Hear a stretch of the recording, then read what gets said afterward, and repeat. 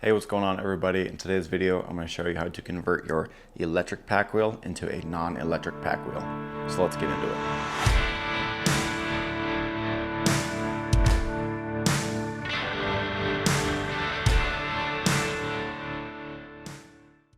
So depending on where you're planning on taking your pack wheel, you may need to convert it to that non-electric pack wheel to be a little more compliant with some state or federal regulations in the backcountry. So for this, all we're going to need is our keys and that wrench that comes with your emergency repair kit on your pack wheel.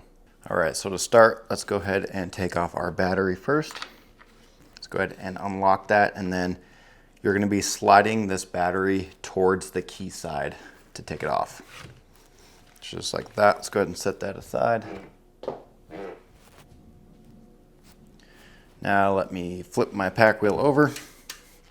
It's a little bit easier if you do this on the ground or a larger table, but for demonstration purposes, I'm going to do it up on this table. All right, so now that I've got it flipped over, up here where the electrical motor is, we have this connection right here that we're going to want to unscrew. So after you get that unscrewed, just go ahead and pop that off. Now what we recommend, since this portion of the wiring is going to stay on the pack wheel, is to put a little bit of tape or put like a plastic bag around this and then tape it up so that no moisture or anything gets in here and corrodes this connection. All right, so now that we've got that covered up, you can see here above and below your electrical motor, you have these two bolts. So with our wrench, we're going to go ahead and loosen those, back them all the way out. This bottom one can kind of be a pain to get to, but just go ahead and do your best to get in there and get it taken off. All right, so now that I've got these taken all the way out, your upper bolt here has two washers.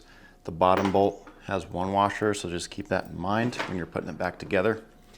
Now we can go ahead and take the chain off that little piece right there and just let it dangle. And there is your electrical motor. So after you've taken that electrical motor off, let's go ahead and slide this rod out.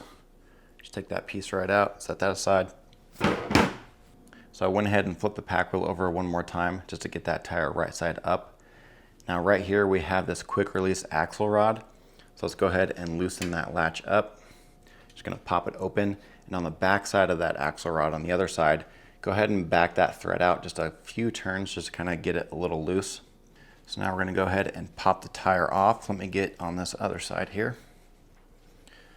So what I like to do is put one hand on the frame and one hand up here. We're just gonna kind of rock it back and forth until it pops out of that frame, just like that. Now we can take our chain off of that sprocket, and we definitely recommend taking the chain off this way versus trying to find that master link and popping it off, because that master link is kind of a one-time use thing, so you don't want to mess that link up. So now we can set our chain aside. So now let's go ahead and put our tire back on. We have to kind of spread apart that pack wheel frame a little bit. But what I suggest is keeping an eye on your disc brake rotor and that caliper and trying to get those lined up first before we start to seat it all the way down. This can be a little tricky trying to push that frame apart. There we go, and seat it down. Now we've got it nice and seated all the way in. All right, so now that we can see that the axle rod is seated properly into the frame, I'm gonna go ahead and reach on that other side axle rod and tighten that up just a little bit. And then take this little latch here and just tighten it all the way down. Be sure that this latch does not come in contact with the sprocket, or else obviously that's gonna cause some issues. But we want it just tight enough so that when we lock it all the way down, we still got, you know, a little over a quarter inch of room right there. So that's free spinning. Just give it one little spin check just to make sure everything sounds right and is spinning properly. Everything looks good. All right, and now we have successfully turned our electric pack wheel into a non-electric pack wheel. So that's all I've got for this video. If you have any questions, I'll go ahead and throw up our number and email on screen right now. So please feel free to reach out to us at any time if you have any questions about this. You can also leave a comment on this video or send us a direct message if you have any other questions. That's it for this video, and I'll see you in the next one. Thanks.